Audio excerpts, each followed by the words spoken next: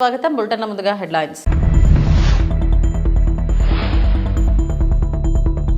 నిజం నా వైపు ఉంది, ఎన్నిసార్లైనా కోర్టుకు వస్తారన్న మంత్రి నారా లోకేష్.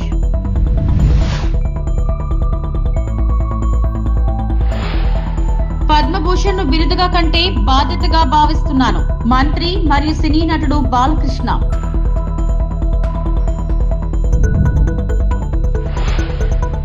తిరుపతిలో ఘనంగా ప్రారంభమైన ఉమెన్ ఆర్ట్ షో, రెండో రోజు ముఖ్య అతిథిగా జిల్లా కలెక్టర్. యోగలం పాదయాత్ర ప్రారంభమై 2 ఏళ్లు పూర్తయిన సందర్భంగా విశాఖపట్నం టీడీపీ కార్యాలయంలో జరిగిన ప్రత్యేక కార్యక్రమంలో టీడీపీ రాష్ట్ర అధ్యక్షుడు పల్లా శ్రీనివాస్, శాసనసభ్యులు వెలగపూడి రామకృష్ణబాబు, గణబాబు, గండి బాబ్జీ, టీడీపీ రాష్ట్ర ప్రధాన కార్యదర్శి చింతకాయల విజయ్, విఎంఆర్డీఏ చైర్మన్ ప్రణవ్ గోపాల్, రాష్ట్ర కార్యదర్శి పట్టాభి, పీరా శ్రీనివాస్, కోరాడ రాజబాబు పాల్గొన్నారు. ఈ సందర్భంగా 60 కేజీల భారీ కేక్ ను కట్ చేశారు. నేతలు మాట్లాడుతూ యువగలం పాదయాత్ర టీడీపీ రాజకీయ ప్రస్థానంలో ప్రత్యేక స్థానాన్ని సంపాదించుకుందని పేర్కొన్నారు.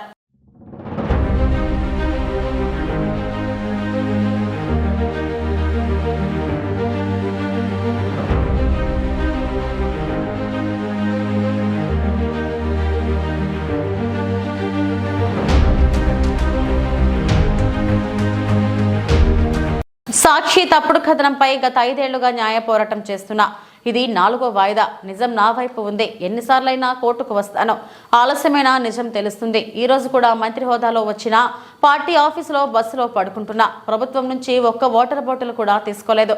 వచ్చిన వాహనం, అందులో కొట్టిన డీజిల్ కూడా నా డబ్బుతోనే. ఎక్కడా ప్రభుత్వంపై ఆధారపడకూడదని నా తల్లి నాకు చిన్నప్పటి నుంచి నేర్పించిందని మంత్రి నారా లోకేష్ పేర్కొన్నారు.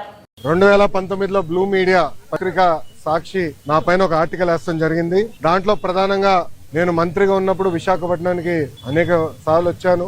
లాంజ్ లో నా పైన దాదాపు 25 లక్షల రూపాయలు ఆనాటి తెలుగుదేశం పార్టీ ప్రభుత్వం ఖర్చు పెట్టిందనే వార్త వేస్తాం జరిగింది. అప్పుడే నేను లీగల్ నోటీస్ కూడా జారీ చేశాను. మీరు క్షమాపణ చెప్పాలి, నేను ఎక్కడ ఆధారాలు లేవు, రాజ్యాంగం చాలా స్పష్టంగా ఆధారాలతో ప్రింట్ చేయాలి అని చెప్తుంది. అంతేగాని ఆధారాలు లేకుండా ప్రింట్ చేస్తే అది డిఫమేటరీ నేచర్ అని చాలా స్పష్టంగా చెప్తుంది. మీరు ఎట్టి పరిస్థితుల్లో రిజైండర్ ప్రింట్ చేయండి అని ఆనాటి సాక్షి కానివ్వండి, అదే విధంగా దేశవ్యాప్తంగా ప్రింట్ అయ్యే ప్రతి వారం ప్రింట్ అయ్యే మ్యాగజైన్ ద వీక్ కూడా మనం నోటీసులు జారీ చేస్తాం జరిగింది. ద వీక్ అవుతే ఇమీడియట్ గా మా దగ్గరకు ఉన్న సమాచారం కరెక్ట్ కాదు, మీరు చెప్పిందే కరెక్ట్, మేము రిజైండర్ ప్రింట్ చేస్తామని వాళ్ళు చాలా స్పష్టంగా ప్రింట్ చేస్తాం జరిగింది. కానీ బ్లూ మీడియా గురించి మీకు బాగా తెలుసు. తప్పుడు వార్త పదే రాసి అది నిజం చేయాలని ప్రయత్నిస్తుంది. అదే రీతిలో వాళ్ళు ముందరికెళ్తున్నారు. అందుకే నేను గత 5 సంవత్సరాలుగా న్యాయ పోరాటం నేను చేస్తున్నా. ఇది 4వ వాయిదా. ఎన్నిసార్లే నేను వస్తాను, ఎందుకంటే నిజం నా వైపు ఉంది. గతంలో కూడా మీకు చెప్పాను. ఈ రోజు కూడా మంత్రి హోదాలో నేను వచ్చినప్పుడు పార్టీ ఆఫీసులో బస్సులో పడుకుని సొంత భోజనం నేను తింటున్నా తప్ప ప్రభుత్వం దగ్గర నుంచి కనీసం ఒక్క వాటర్ బాటిల్ కూడా నేను తీసుకోవట్లేదు. నేను ఇక్కడికి వచ్చిన వాహనం కూడా నా సొంత వాహనం, దాంట్లో డీజిల్ కూడా పోసుకుని నా సొంత నిధులతో. ఎక్కడ ప్రభుత్వం పైన ఆధారపడకూడదని మా తల్లి భువనేశ్వరి గారు నాకు చిన్నప్పుడు నేర్పించారు. అదే రీతిలో ముందరకెళ్తున్నా. ఎట్టి పరిస్థితుల్లో ఈ కేసు నేను లాజికల్ ఎండ్కి తీసుకెళ్తాను. ఎన్నిసార్లు వాయిదాలు వేసినా నాకు ఇబ్బంది లేదు, ఎన్నిసార్లు రమ్మన్నా నాకు ఎలాంటి మొహమాటం లేదు. ఎందుకంటే నేను తప్పు చేయలేదు. నిజం గెలిచడానికి కొంచెం ఆలస్యమైనా నిజం గెలుస్తుందని బలంగా నమ్మే వ్యక్తి. గతంలో కూడా నేను చూశాను. పద్మభూషణ్ పురస్కారాన్ని బిరుదుగా కంటే బాధ్యతగా భావిస్తున్నానని నందమూరి బాలకృష్ణ అన్నారు. సినీ నటుడు, ఎమ్మెల్యే, క్యాన్సర్ ఆసుపత్రి చైర్మన్ గా తన సేవలను గుర్తించి అవార్డు ప్రకటించిన భారత ప్రభుత్వానికి ఆయన కృతజ్ఞతలు తెలిపారు. పద్మభూషణ్ కు బాలకృష్ణ ఎంపిక కావడంతో హైదరాబాద్ జూబ్లీ హిల్స్ లోని ఆయన నివాసానికి కేంద్ర మంత్రి కిషన్ రెడ్డి వెళ్లారు. మర్యాదపూర్వకంగా కలిసి సన్మానించారు. రాజకీయ, సినీ సేవా రంగంలో బాలకృష్ణ తనదైన ముద్ర వేశారన్నారు. ఆయనకు అవార్డు రావడం పట్ల మనస్ఫూర్తిగా అభినందిస్తున్నానని కిషన్ రెడ్డి తెలిపారు.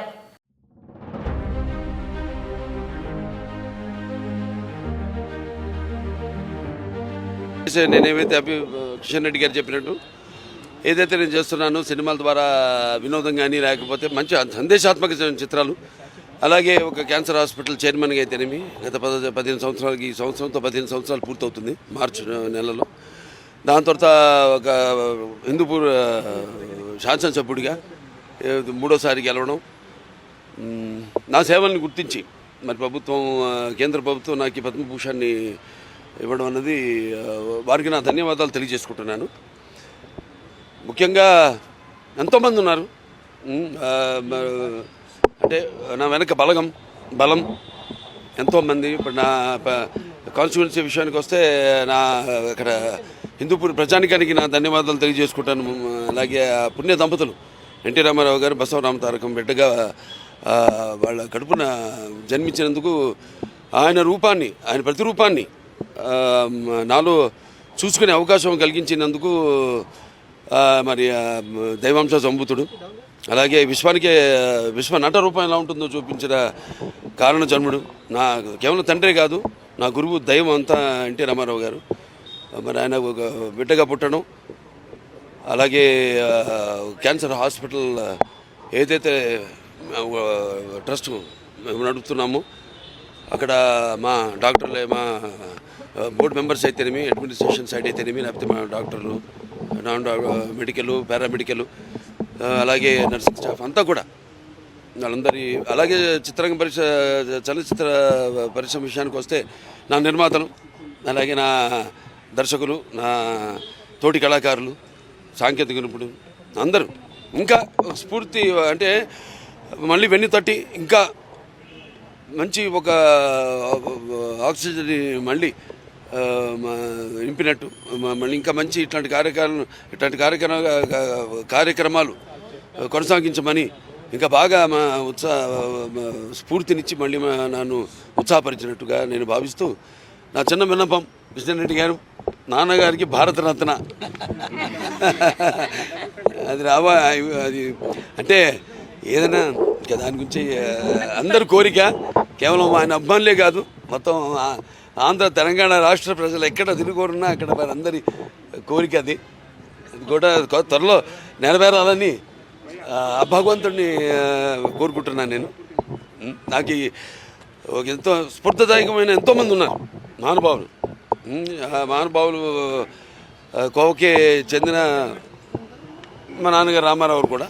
సో వారందరినీ తిరుపతిలో ఘనంగా ప్రారంభమైన ఉమెన్ ఆర్ట్ షో రెండవ రోజు ముఖ్య అతిథిగా జిల్లా కలెక్టర్. తిరుపతికి చెందిన 8 మంది మహిళా చిత్రకారుల బృందం శ్రీ పద్మావతి చిత్రాలయం పేరిట 2 రోజుల పాటు చేపట్టిన women art show hotel Uday international లో ఘనంగా ప్రారంభమైంది. రెండో రోజు ముగింపు వేడుకల్లో జిల్లా కలెక్టర్ వెంకటేశ్వర్ పాల్గొన్నారు. మనకి స్కోప్ పొటెన్షియల్ ఉంది, అంటే చాలామంది ఆర్టిస్ట్ ఉంటున్నారు, but both government side and private side నుంచి ప్లాట్ఫామ్స్ ఎక్కువగా వాళ్ళకి ఆర్ట్ వర్క్ ఎగ్జిబిషన్స్కి కానీ షోకేస్ చేసుకోవడానికి లిమిటెడ్గా ఉంటున్నాయి.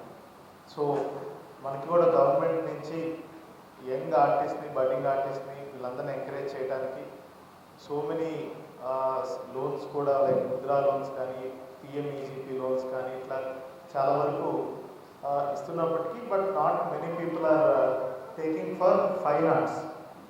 మిగతా వాటికి చాలామంది తీసుకుంటున్నారు కానీ ఫైన్ ఆర్ట్స్కి మాత్రం చాలా లిమిటెడ్గానే ఉంటుంది. ఎందుకంటే లార్జ్లీ ఇది కూడా ప్రైవేట్ కెపాసిటీలో, ఇండివిజువల్ కెపాసిటీలోనే ఎక్కువ మంది చేస్తున్నారు. బట్ హౌవర్ ఐ హోప్ అంటే through these exhibitions it will reach out to ఇంకా లార్జర్ ఆడియన్స్. ఎందుకంటే చాలా మందిలో ఒక ఫైన్ ఆర్ట్స్ అంటే ఫైన్ ఆర్ట్ వర్క్స్ని కూడా అప్రిషియేట్ చేసే యాంగిల్ చాలా మందిలో ఉంటుంది, కానీ వాళ్ళకు కూడా ఎక్కడ వెళ్ళి చూడాలి ఇదంతా కూడా తెలియటలేదు. ఊరికే ఫోన్లో ఏదో చూస్తున్నారు ఆల్ దీస్ థింగ్స్, బట్ న్యాచురల్గా చూసినప్పుడే it be so good. In fact మనకి మోడర్న్ మ్యూజియంస్ కానీ, మోడర్న్ ఆర్ట్ గ్యాలరీస్ కానీ యాక్చువల్లీ లిమిటెడ్ వెస్టర్న్ కంట్రీస్లో they are very well maintain. In fact మన కంట్రీలో కూడా ఎస్పెషల్లీ ఢిల్లీ, బాంబేలో there are so many art galleries. we'll also strive from my side, from government side, to ensure now Amaravati is a very young city. ఇక్కడ ఖచ్చితంగా there should be scope for అంటే we'll also suggest to concerned departments to bring all such artworks, art galleries అన్ని కూడా మన సిటీలో చేసుకుంటే, ఎందుకంటే ఆంధ్రాలోనే so many art forms but very limited representation. So we'll ensure, we'll definitely support from government side. Once again I thank Shivaprasad garu and then their entire team in bringing everyone together to such a beautiful place. Really, though I was very tired in the afternoon, but now I'm really fully energized after seeing all this. Thank you so much. Thank you everyone.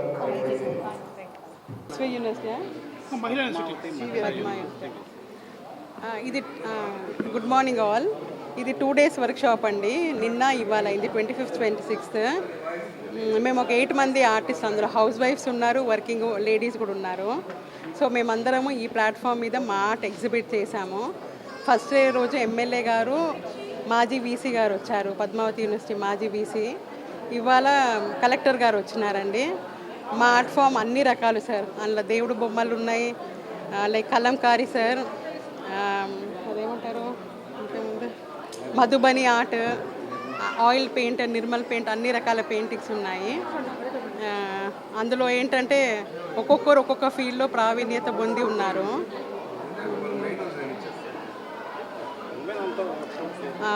ఇది ఏంటంటే మాకు తిరుపతిలో ఇట్లాంటి ఎప్పుడు organise చేయలేదు sir. This the first time. ఎక్కువ మట్టుకు హైదరాబాద్ సిటీస్లో అట్లా అవుతాయి, బట్ తిరుపతిలో ఇట్లాంటి ఆర్ట్ షో ఫస్ట్ టైం చేసామండి. సో మాకు కూడా ఇది కొత్తే. ఇట్లాంటి ఆర్ట్ చాలా ఇంకా చెయ్యాలని మాకు చాలా కోరికగా ఉంది. మమ్మల్ని చూసి యంగ్స్టర్స్ కూడా ఇన్స్పైర్ అయ్యి. శ్రీకాకుళం జిల్లా ఆరోగ్య ప్రదాత ప్రత్యక్ష నారాయణ అరసవల్లి శ్రీ సూర్యనారాయణ స్వామి రథసప్తమి వేడుకలను అంగరంగ వైభవంగా నిర్వహించాలని ఎమ్మెల్యే గొండు శంకర్ పిలుపునిచ్చారు. నగరంలోని అరసవల్లిలో ఉన్న శ్రీ సూర్యనారాయణ స్వామి ఆలయంలో సూర్య నమస్కారాలను జిల్లా అధికారులు సోమవారం నిర్వహించారు. ఈ సందర్భంగా ఎమ్మెల్యే యోగాసనాలు, సూర్య నమస్కారాలు చేసి స్ఫూర్తిగా నిలిచారు. సూర్య నమస్కారాలు సూర్య దేవాలయంలో గౌరవ కలెక్టర్ గారు, జేసీ గారు, జిల్లా లెవెల్ ఆఫీసర్స్ అందరూ, యోగా అన్ని సెంటర్స్ నుండి కూడా ఇన్స్ట్రక్టర్స్ అందరూ వచ్చి పాల్గొనడం జరిగింది. ఈరోజు జిల్లా వ్యాప్తంగా అన్ని స్కూల్స్లోన అంతా ఈరోజు చేయడం జరిగింది. ఈ రోజు నుండి 2వ తారీఖు వరకు ప్రాక్టీస్ లాగా ఉంటుంది. 2వ తారీఖున 80 feet రోడ్లో ఇది కటన్ రైజర్ ప్రోగ్రామ్గా సామూహిక సూర్య నమస్కారాలు 5,000 మందితో చేయడానికి ప్లాన్ చేస్తున్నాం. దాని తర్వాత 10 గంటలకి గ్రామీణ క్రీడల పోటీలు ఉంటాయి. అలాగే స్టేట్ లెవెల్ వాలీబాల్ పోటీలు చేస్తాం. అలాగే మధ్యాహ్నం 2 గంటలకి శోభాయాత్ర చేస్తాం 2వ తారీఖున. ఇప్పుడే కలెక్టర్ గారు చెప్పినట్టు హెలికాప్టర్ రైడ్ ఉంటుంది పాసింజర్స్ కోసం, హెలికాప్టర్ టూరిజం యాత్ర ఉంటుంది.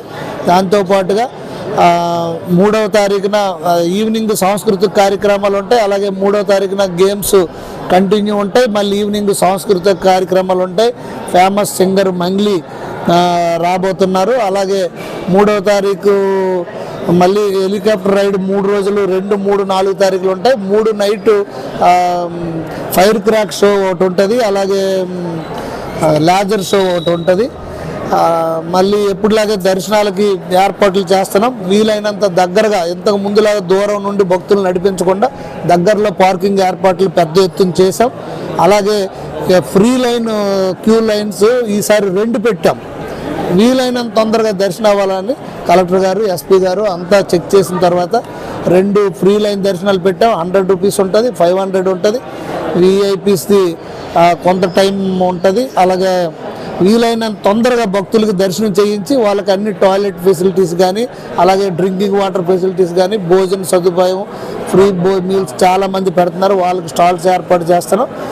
అలాగా వీలైనంత దగ్గరకు భక్తులను తీసుకెళ్ళి వీలైనంత తొందరగా దర్శనం చేయించి ఈ ఉత్సవాలు రాష్ట్ర పండుగగా ప్రభుత్వం చేసింది కనుక దీన్ని మొత్తం రాష్ట్ర వ్యాప్తంగా, ప్రపంచవ్యాప్తంగా ఇటువైపు చూసే విధంగా భక్తులందరికీ సౌకర్యం కల్పించే విధంగా మేము అన్ని చర్యలు తీసుకుంటున్నామని ఈ సందర్భంగా తెలియజేస్తాం. నారా లోకేష్ బాబు పాదయాత్ర 2 సంవత్సరాలు పూర్తయిన సందర్భంగా రాజంపేట ఇన్ఛార్జ్ ప్రెస్ మీట్.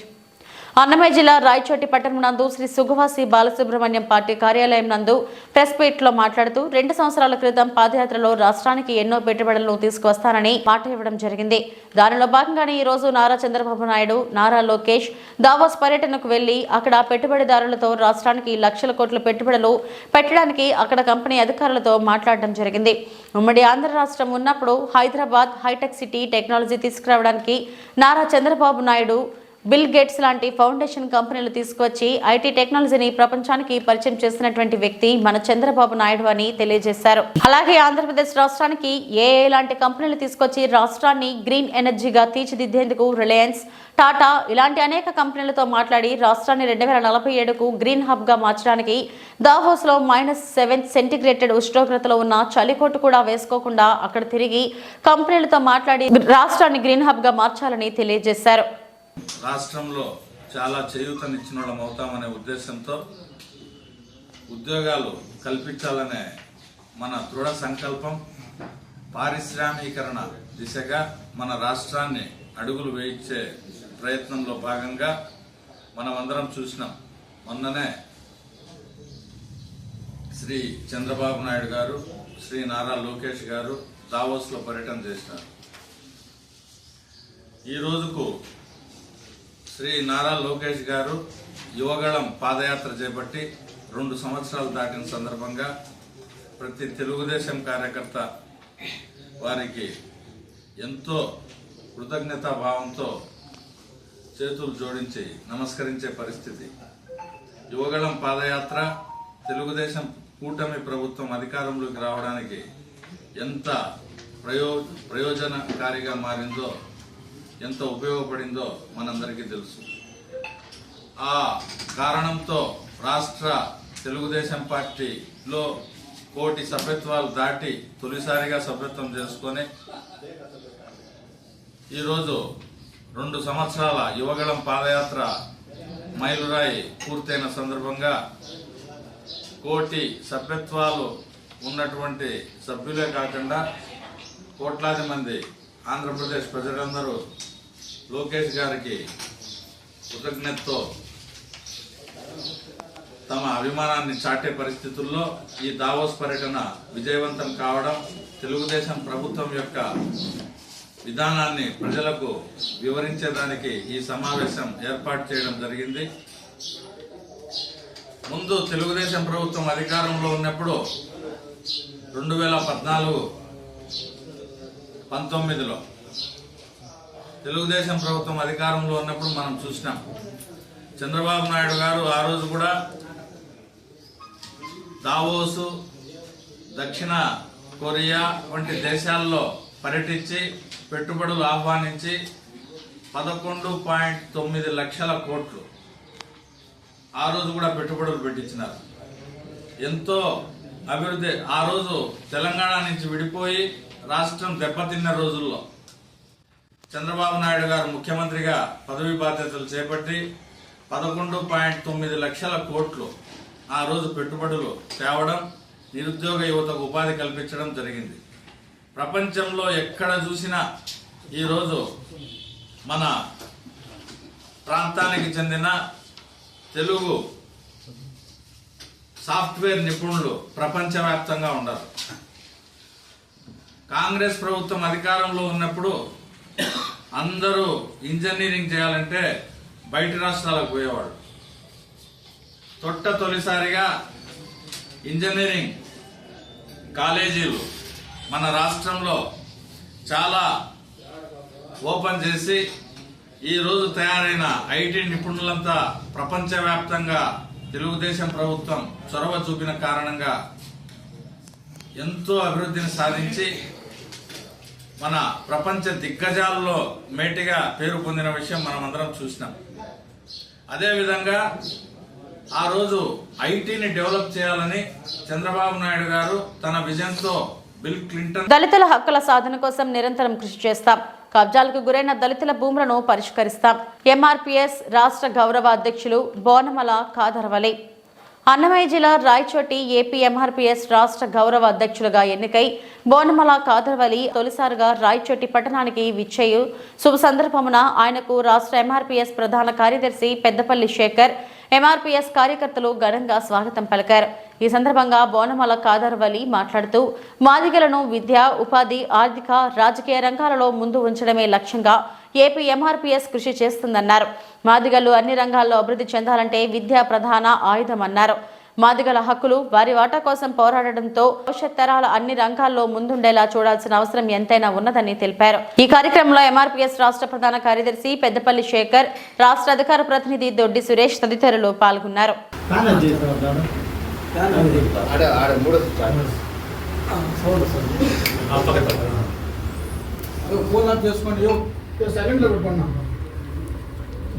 రాష్ట్ర అధికార ప్రతినిధి సురేష్ గారికి మరియు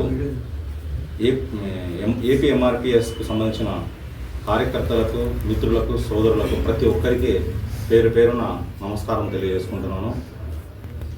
ఏపీ ఎంఆర్పిఎస్ ముఖ్య ఉద్దేశం ఏమంటే అక్షరం అభివృద్ధి మొదటిది. అంటే ప్రతి ఒక్క మాదిగ బిడ్డలు బాగా చదువుకోవాలని చెప్పి ఈ ప్రపంచంలో, ఈ ఆధునిక ప్రపంచంలో చదువు అనేది చాలా ఇంపార్టెన్స్. నీకు ఎంత సంపాదించినాం అనేది కాదు, ఒక విద్యావంతునిగా పిల్లలు బాగా చదువుకుంటే అన్ని విధాలుగా ఆ కుటుంబం అభివృద్ధి పథంలో నడుస్తుంది. అందరూ పిల్లలు ప్రతి ఒక్కరూ బాగా చదువుకోవాలని చెప్పి ఒక మొదటి నినాదం. రెండవది మీరు ఆలోచించినట్టయితే ఆత్మగౌరవం. ఒక మనిషిని మనము కొట్టినా కానీ, ఆర్థికంగా దెబ్బతీసినా కానీ పెద్దగా బాధ ఉండదు.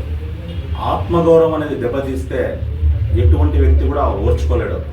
నేను ఈ ఆత్మగౌరవాన్ని మన మాదిగ ప్రజలు, మైనారిటీస్ కానీ, వెనుకబడిన కులాలు కానీ ఆత్మగౌరవం అనేది వాళ్ళని కొద్దిగా వాళ్ళకి ఇబ్బంది పెడతా ఉంటారు. అటువంటి విషయంలో ఏమి జరిగినా కూడా వాళ్ళకు ఎటువంటి కష్టం వచ్చినా, ఏ సమస్య వచ్చినా కూడా మేము అందరం ఐకమత్యంగా ముందుంటాము. ఇంకా మూడో విషయానికి వస్తే ఆర్థికంగా చాలా వెనుకబాటుతనం ఉంటుంది మాది ప్రజల్లో. ఆ వెనుకబాటుతనాన్ని చాలా వరకు తగ్గించాలని ప్రయత్నం చేస్తాము. వాళ్ళకు ఆర్థికంగా కానీ, ఆర్థిక వనరులు సమకూర్చి దాతల సహకారంతో కానీ, లేదా వ్యాపారవేత్తల సహకారంతో కానీ, ఆర్థికవేత్తల సహకారంతో కానీ ఆ కుటుంబాలని అన్ని విధాలా ఆదుకోవడానికి ప్రయత్నం చేస్తాము. మేమందరం ముస్లిమ్స్ కానీ, బీసీ, ఎస్సీ, ఎస్టీ అందరం ఐకమత్యంగా కులం, మతం అనేది లేకుండా అందరం ఒకరినొకరు సహకరించుకొని మనం అంతా భారతీయులము, మనం అందరం ఒకరికొకరి తోడ్పాటు సహాయం చేసుకొని అందరము మంచి ఉద్దేశంతో కలిసి ఐకమత్యంగా ఉండాలని చెప్పి ఈ ఏపీ ఎంఆర్పిఎస్ నినాదం. ఇవి ఇప్పటివరకు నా బులెటిన్ అప్డేట్స్. నమస్తే.